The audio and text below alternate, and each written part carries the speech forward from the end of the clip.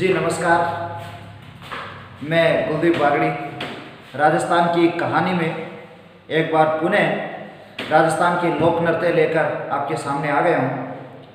राजस्थान लोक नृत्य का अपना ये चौथा पार्ट है। इससे पहले 3 पार्ट हम पढ़ चुके हैं। जी बहुत सारे लोग लाइव आ गए हैं। नमस्कार नमस्कार नमस्कार जी, सभी को नमस्कार। हाँ, कुछ पूछ रहे हैं सर, राजस्थान बहुत बड़ा है, ये तैयार कैसे होगा? जी मैं आपको बता देता हूँ कि अगर जीत निश्चित हो तो कायर भी जंग लड़ लेते हैं। जीत अगर निश्चित हो तो कायर भी जंग लड़ लेते हैं। बहादुर तो वे कहलाते हैं जो हार निश्चित हो फिर भी मैदान नहीं छोड़ते हैं। बहादुर वे कहलाते हैं जो हार निश्चित हो फिर भी मैदान नहीं छोड़ते हैं। अगर आपको ईश्वर पर भरोसा है तो जो लिखा है किस्मत में वही पाओगे, और अगर आपको खुद पर भरोसा है तो ईश्वर भी वही लिखेगा जो तुम चाहोगे। तो देखिए, आप मेहनत कीजिए, लगातार आप तैयारी कीजिए, हमारे वीडियो लगातार देखते रहिए और आपको सारा का सारा जो राजस्थान है वो एक कहानी के रूप में याद हो जाएगा। तो सबसे पहले आप हमारे channel New Kris online educational platform को लाइक कर दीजिए, कमेंट कर दीजिए और इसे सब्सक्राइब कर दीजिए। देखिए, हम लास्ट क्लास में जो हमने राजस्थान के लोक नृत्यों का तीसरा पार्ट पढ़ा था, उसमें हम राजस्थान के व्यावसायिक लोक नृत्य जो वो पढ़ चुके थे। देखिए, हमने राजस्थान के क्षेत्रीय लोक नृत्य जो हैं उनके बारे में लगभग 30 नृत्य जो हैं वो क्षेत्रीय लोक नृत्यों के हम पढ़ चुके हैं। उसके बाद हम राजस्थान के व्यावसायिक लोक नृत्य जो हम पढ़ चुके हैं। अब जो है आज का सेशन बहुत इम्पोर्टेंट होने वाला है और आप इसको पूरे सेशन को ध्यान से देखिए, ध्यान से सुनिए, ध्यान से देखिए। और अगर आप सुनोगे तो आपको सुनने भर से इतना शानदार तरीके से आपको एक्सप्लेन करूँगा कि सुनने भर से आपको सारा का सारा चैप्टर जो है वो तैयार हो जाएगा। तो देखिए, आज हम पढ़ने वाले हैं, आज के सेशन में हम जातीय लोक नृत्यों के बारे में पढ़ने वाले हैं कि राजस्थान में जो विभिन्न जातियाँ रहती हैं वो कौन कौन से लोक नृत्य करती हैं। तो देखिए, जब ये वीडियो स्टार्ट हो उससे पहले आप चैनल को लाइक कर दीजिए, कमेंट कर दीजिए और इसको शेयर कर दीजिए। देखिए, हम जो है वो जातीय लोक नृत्यों की बात कर रहे हैं। जातीय लोक नृत्य आज हम पढ़ेंगे तो राजस्थान में कौन कौन सी जातियां रहती हैं और वो कौन कौन से उनके लोक नृत्य हैं उनके बारे में हम चर्चा करेंगे। तो सबसे पहले हम जातीय लोक नृत्यों में कालबेलिया जाति के नृत्य पढ़ते हैं। कालबेलिया जाति के नृत्य, कालबेलिया जाति के नृत्य। सबसे पहले हम बात कर रहे हैं कालबेलिया जाति के नृत्यों की बात कर रहे हैं। जी सबसे पहले नाम सुना कालबेलिया, आपको याद आ गया होगा। हाँ, वही जाति जिसने काल को दोस्त बना लिया है। काल का मतलब है सांप, सर्प। बेलिया का मतलब होता है दोस्त। कालबेलिया का मतलब होता है सर्पों का दोस्त, सांपों का दोस्त। यानी कि एक ऐसी जाति है जिसने सांप को भी अपना दोस्त बना लिया है, वो कालबेलिया जाति है। देखिए, कालबेलिया जाति जो है, एक आपको नाम जरूर याद होगा, बहुत ही फेमस डांसर है राजस्थान की, गुलाबो सपेरा, जिन्होंने कालबेलिया नृत्य को पहचान दिलाई है। और इतनी पहचान दिलाई है गुलाबो सपेरा ने कि यूनेस्को ने अपनी विरासत सूची के अंदर कालबेलिया डांस को 2010 में चिन्हित किया है। देखिए, ये प्रश्न भी आपसे पूछा जा सकता है कि कौन सा लोक नृत्य है राजस्थान का जिसको यूनेस्को ने अपनी हेरिटेज सूची में, अपनी विरासत, सांस्कृतिक विरासत सूची में जिसको जगह दी है, तो वो कालबेलिया नृत्य है। गुलाबो सपेरा ने इसे बहुत पहचान दिलाई है। देखिए, कालबेलिया की हम बात करते हैं तो सबसे पहले आपको पता चल गया है कालबेलिया का शाब्दिक अर्थ है, काल का मतलब होता है सर्प और बेलिया का मतलब होता है दोस्त। यानी कि सांपों का दोस्त एक ऐसी जाति जो सांपों की दोस्त है, वो है कालबेलिया जाति। कालबेलिया जाति के लोग कौन कौन से नृत्य करते हैं? देखिए जी 4 नृत्य हैं। आरएएस में भी ये प्रश्न प्री में पूछा जा चुका है कि निम्नलिखित में से कौन सा नृत्य कालबेलिया जाति से संबंधित नहीं है। ये प्रश्न एक बार उससे आरएएस के अंदर पूछा गया था। तो देखिए कालबेलिया जाति के 4 प्रमुख नृत्य हैं। पहला आता है इंडोनी। कालबेलिया जाति के 4 प्रमुख नृत्य हैं। पहला आता है इंडोनी, दूसरा आता है पनिहारी, तीसरा आता है शंकरिया, चौथा आता है बागड़िया। कालबेलिया जाति के 4 प्रमुख नृत्य हैं, इंडोनी, पनिहारी, शंकरिया और बागड़िया। देखिए आपको ये प्रश्न पूछा जा सकता है, आरएएस में प्रश्न पूछा गया था कि निम्नलिखित में से कौन सा नृत्य जो है वो कालबेलिया जाति का नहीं है। तो इसमें से 3 नृत्य दिए गए थे जो कालबेलिया जाति के थे और एक ऐसा दिया गया था जो कालबेलिया जाति का नहीं था। तो देखिए 4 नृत्य हैं कालबेलिया जाति के, इंडोनी, पनिहारी, शंकरिया और बागड़िया। देखिए अगर हम इसमें बात करते हैं इंडोनी, शंकरिया, पनिहारी और बागड़िया। इंडोनी की बात करें तो आपको इंडोनी शब्द का शाब्दिक अर्थ पता है। ये जो नृत्य है ये सिर पर मटके रखकर किया जाने वाला नृत्य है। जो इंडी होती है, आम भाषा में इंडी बोलते हैं उसको, तो उससे संबंधित गीत गाए जाते हैं और सिर पर मटके रखकर ये नृत्य जो है वो किया जाता है। वही पनिहारी नृत्य जो है ये भी कालबेलिया जाति का है। इसमें पनिहारी जो गीत है वो गाए जाते हैं, पनिहारी गीत गाए जाते हैं। कुछ पूछ रहे हैं कि पनिहारी गीत कौन से होते हैं? जी देखिए एक छोटा सा गीत गा के सुना देता हूँ कि कुण जी चिनाया कुआ बावड़िए पनिहारी जी है लो, जी मिर्गा नैनी जी है लो, कुण जी चिनाया रे तालाब बालाजी। ये पनिहारी गीत है दोस्तों। और भी बहुत सारे गीत हैं जो पनिहारी गीत हैं, उन पर ये लोग नृत्य करते हैं जिसको पनिहारी गीत के नाम से जाना जाता है। और ये पनिहारी नृत्य है, कालबेलिया जाति का नृत्य है। एक आता शंकरिया नृत्य। शंकरिया नृत्य की हम बात करते हैं तो शंकरिया नृत्य कौन सा है? शंकरिया नृत्य है यानी कि यह प्रेम पर आधारित गीतों पर किया जाने वाला नृत्य है, किया जाने वाला नृत्य है। शंकरिया नृत्य जो है कालबेलिया जाति का है और प्रेम पर आधारित गीतों पर किया जाने वाला नृत्य जो है वो शंकरिया नृत्य है। और सबसे महत्वपूर्ण बात आपसे पूछी जा सकती है, ध्यान से सुनिए, बागड़िया नृत्य। तो याद रखिए मेरा नाम है कुलदीप बागड़ी है और उसी बागड़ी से बागड़िया नृत्य की बात हम बात करते हैं। आपको याद हो जाएगा, कभी भूलेंगे नहीं, मेरे नाम से याद रख लीजिए आप। बागड़िया नृत्य कालबेलिया जाति का है। और बागड़िया नृत्य कौन सा है? जब कालबेलिया महिलाएं घरों में जाकर भीख मांगती हैं तब वो कौन सा नृत्य करती हैं? तो याद रखिए बागड़िया नृत्य करती हैं। जब भी आपके घरों में कोई आए तो आप उससे कहना कि पहले बागड़िया नृत्य करके दिखाओ, उसके बाद जो है हम आपको कुछ देंगे।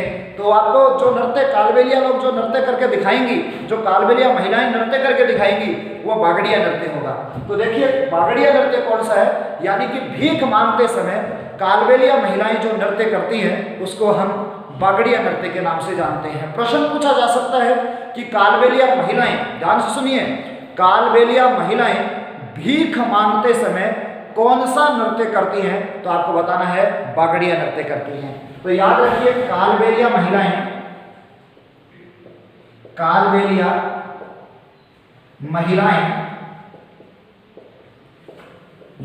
भीख मांगते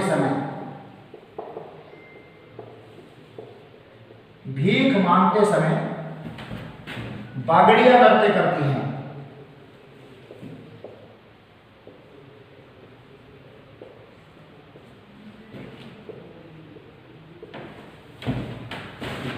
कालबेलिया महिलाएं भीख मांगते समय बागड़िया नृत्य करती हैं। तो याद रखिए मेरे ही नाम से संबंधित है, कुलदीप बागड़ी के नाम से बागड़िया नृत्य। तो बागड़िया नृत्य कब किया जाता है? कालबेलिया महिलाएं भीख मांगते समय बागड़िया नृत्य करती हैं। आपसे प्रश्न पूछा जा सकता है कि कालबेलिया महिलाएं भीख मांगते समय कौन सा नृत्य करती हैं? तो बागड़िया नृत्य करती हैं। तो जी ये 4 नृत्य थे कालबेलिया जाति के नृत्य, इंडोनी नृत्य, पणिहारी नृत्य, शंकरिया नृत्य और बागड़िया नृत्य। आपको ठीक से समझ में आ गया होगा। इस कालबेलिया जाति के बाद हम अगली जाति पे चलते हैं और हम चलते हैं गुर्जर जाति के नृत्य। नेक्स्ट आता है गुर्जर जाति के नृत्य।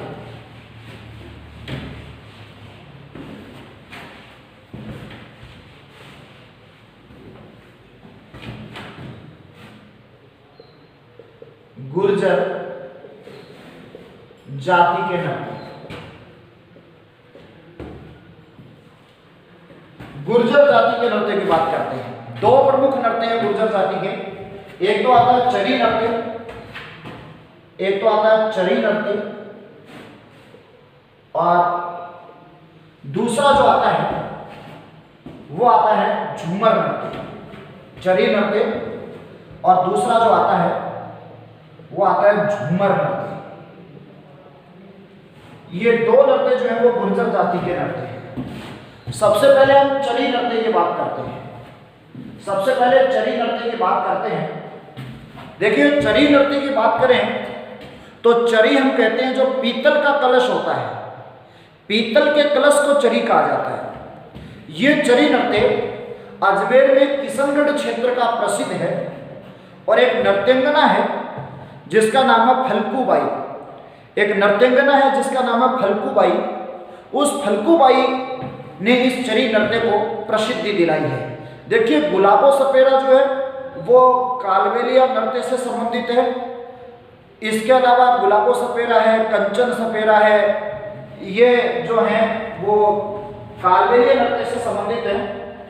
इसके अलावा कमली है, कमली भी कालबेलिया नृत्य से संबंधित है।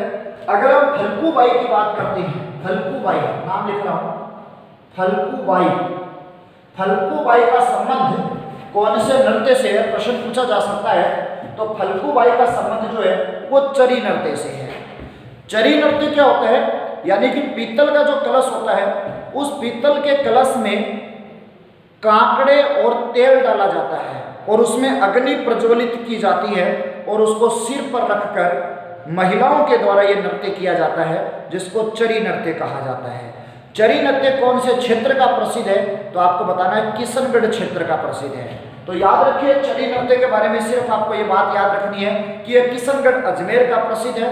फल्कू बाई का संबंध चरी नृत्य से है, महिलाओं द्वारा यह नृत्य किया जाता है।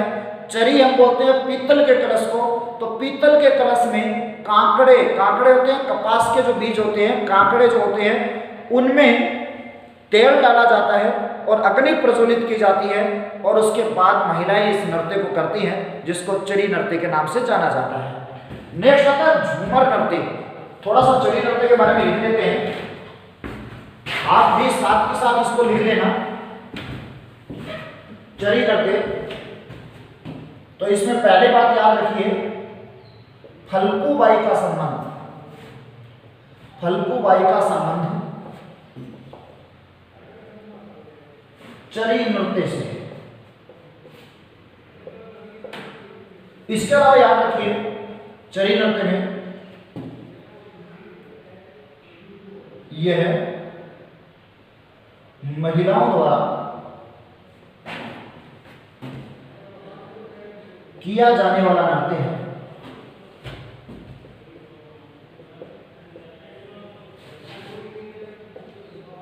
महिलाएं चरी बोलते हैं हम पीतल के कलश को, पीतल का कलश में कांकड़े व तेल डालकर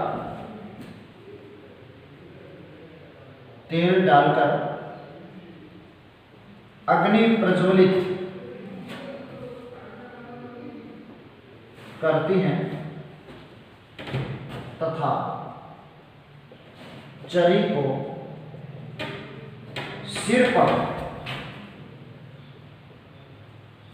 रखकर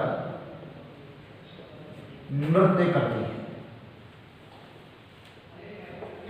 इसके अलावा कहां का प्रसिद्ध है? यह है किशनगढ़, जो अजमेर में पड़ता है। अजमेर का प्रसिद्ध है। फिर आता है दूसरा झूमर नृत्य। झूमर नृत्य, हम झूमर नृत्य की बात करते हैं तो यह पुरुषों द्वारा किया जाने वाला वीर रस प्रधान नृत्य है। इसमें इसको झूमर नाम इसलिए दिया गया क्योंकि इसमें झूमरा वाद्य यंत्र बजाया जाता है। तो झूमर नृत्य की बात करते हैं तो यह है पुरुषों द्वारा किया जाने वाला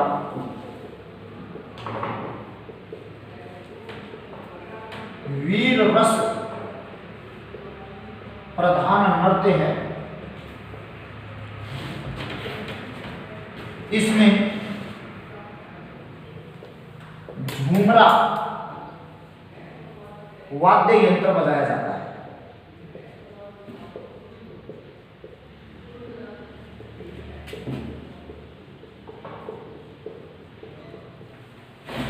तो मित्रों, ये गुर्जर जाति के दो नृत्य हैं।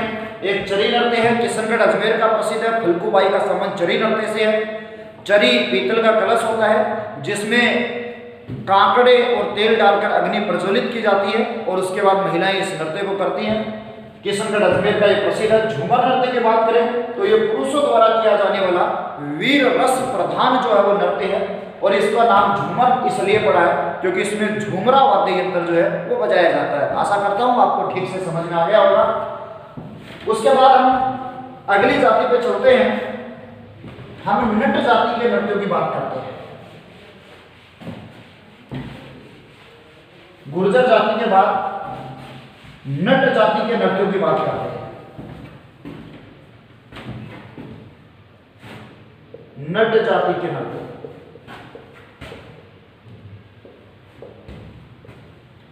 मित्रों दो नृत्य प्रसिद्ध है नट जाति के। एक तो कठपुतली नृत्य और दूसरा जो है वो मोर नृत्य। एक तो आता है कठपुतली नृत्य, कठपुतली नृत्य, और दूसरा आता है मोर नृत्य।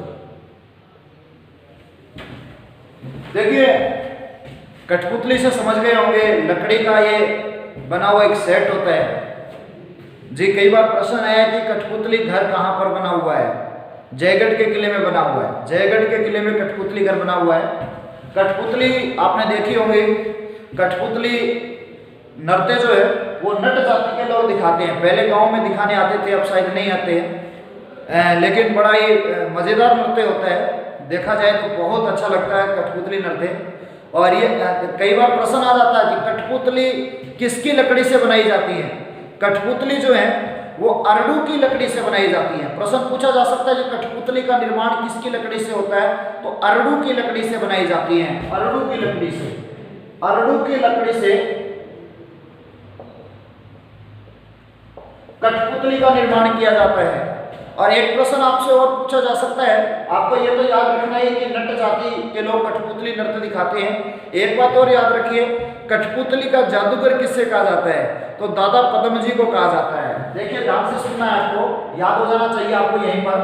कठपुतली का जादूगर, कठपुतली का जादूगर किसे कहते हैं? तो कठपुतली का जादूगर जो है वो दादा पद्म जी को कहते हैं। दादा पद्म जी, दादा पद्म जी को कठपुतली का जादूगर कहा जाता है, याद रखिए। इसके अलावा देखिए नट जाति का एक और नृत्य जो है वो मोर नृत्य है। तो ये मोर नृत्य और कठपुतली नृत्य दोनों के दोनों नट जाति के हैं। आपको याद हो गए होंगे। कठपुतली किससे बनी हुई होती है? लकड़ी, किसकी लकड़ी से बनी हुई होती है? तो अरडू की लकड़ी से बनी हुई होती है। मोर नृत्य भी नट जाति का प्रमुख नृत्य है। नेक्स्ट हम चलते हैं अगली जाति पर। इसको आप लिख लीजिए।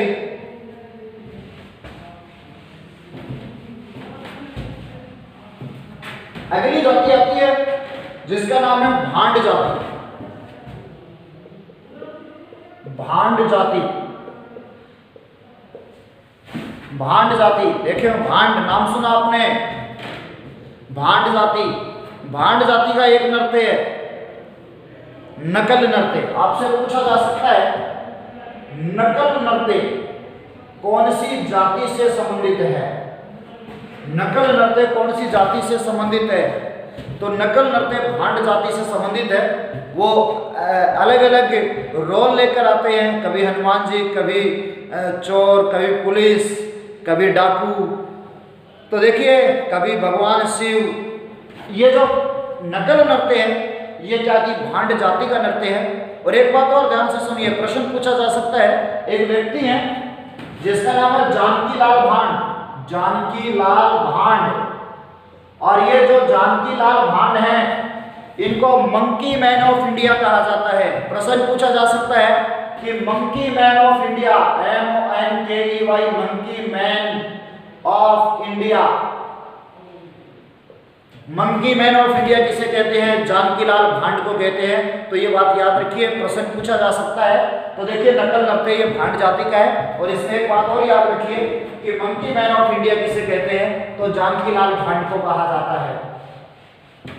राजस्थान में और जो जातियों की हम बात करते हैं तो नेक्स्ट आता है मेव जाति। मेव जाति के नृत्य, मेव जाति दोस्तों अलवर में निवास करती है। मेव जाति जो है इसके दो नृत्य हैं, एक तो आता है रणबाजा नृत्य, रणबाजा,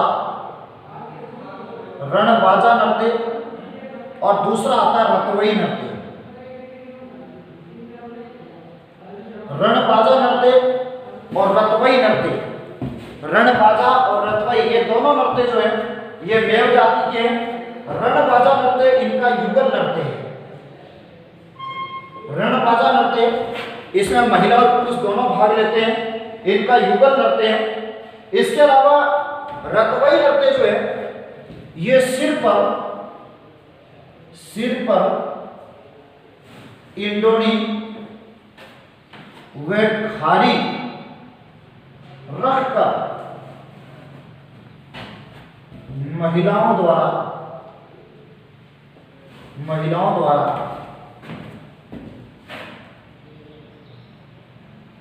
किया जाने वाला नृत्य है।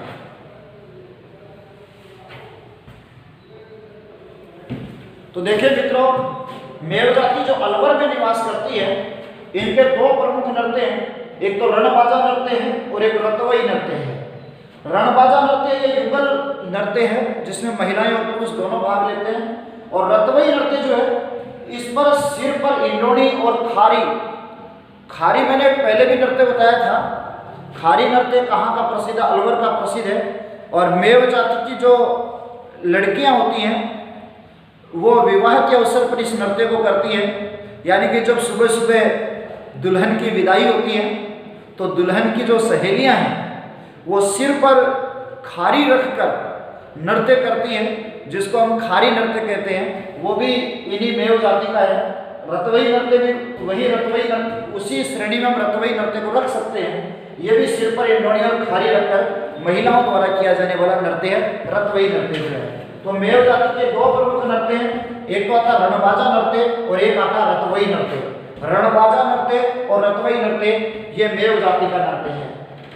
देखिए दोस्तों, हम राजस्थान की अगली जाति के बारे में चलते हैं जो जिसका नृत्य महत्वपूर्ण है और एग्जाम में पूछा जाता है। हम बात कर रहे हैं बंजारा जाति के नृत्य, बंजारा जाति के नृत्य। देखिए बंजारा जाति के नृत्य की बात करते हैं तो इसमें एक प्रसिद्ध नृत्य आता है जिसका नाम है मछली नृत्य। मछली नृत्य, मछली नृत्य। कई बार आपसे प्रश्न पूछा जा सकता है, पूछा गया है पहले भी, कि मछली नृत्य कौन से जिले का प्रसिद्ध है। तो मछली नृत्य बाड़मेर जिले में किया जाता है, क्योंकि बंजारा जाति के लोग जो हैं वो सबसे ज़्यादा बाड़मेर जिले में निवास करते हैं, इसलिए मछली नृत्य बाड़मेर का प्रसिद्ध है।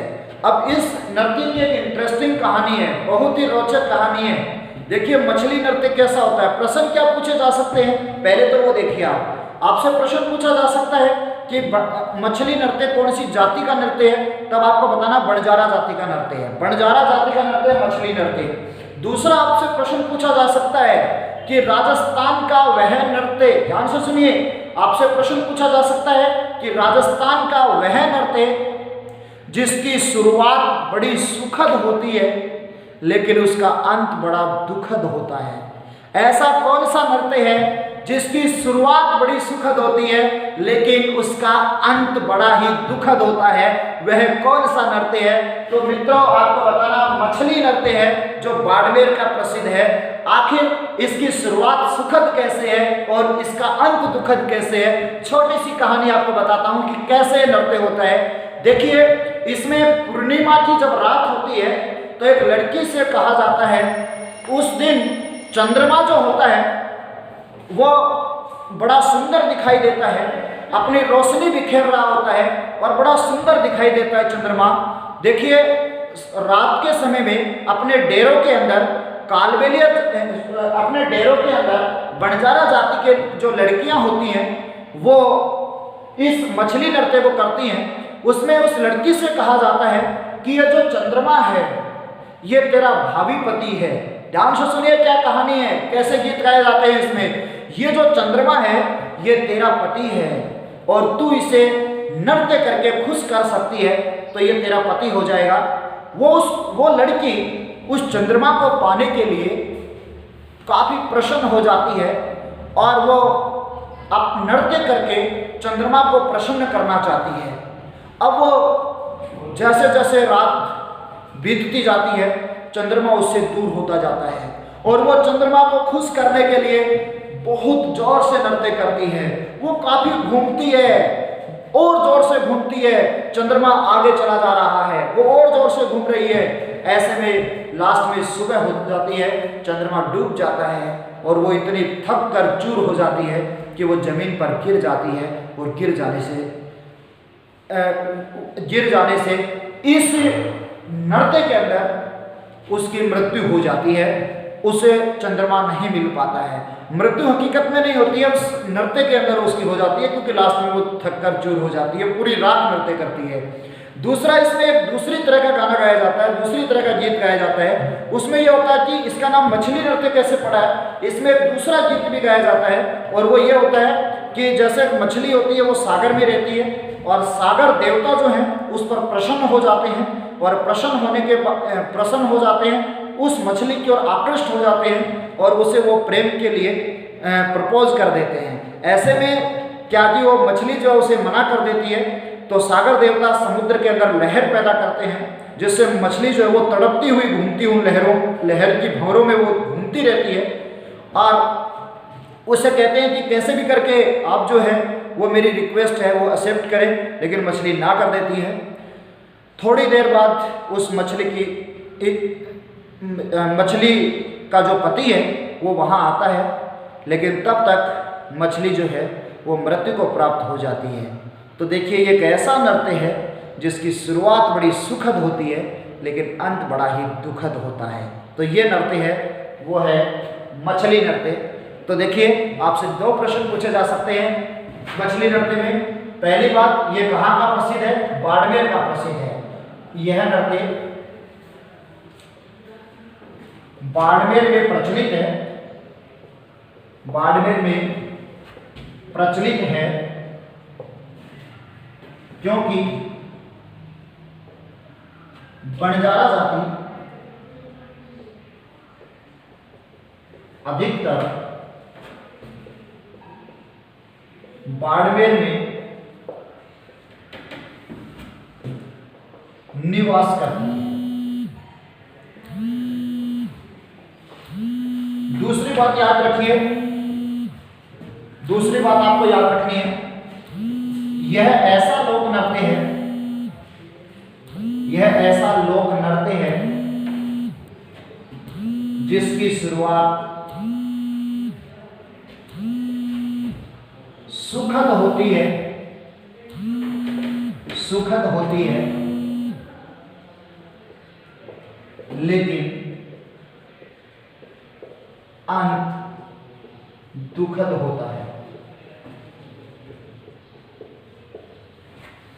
तो जी ये हमारे राजस्थान में रहने वाली विभिन्न जातियों के नृत्य थे और हमने राजस्थान में रहने वाली जो भी जातियां हैं उनके नृत्य पढ़े हैं जो एग्जाम में आने वाले हैं। आप क्या कि घरों में डटे रहिए, कोरोना का कहर है, घरों में डटे रहिए, लेकिन मैदान में भी डटे रहिए।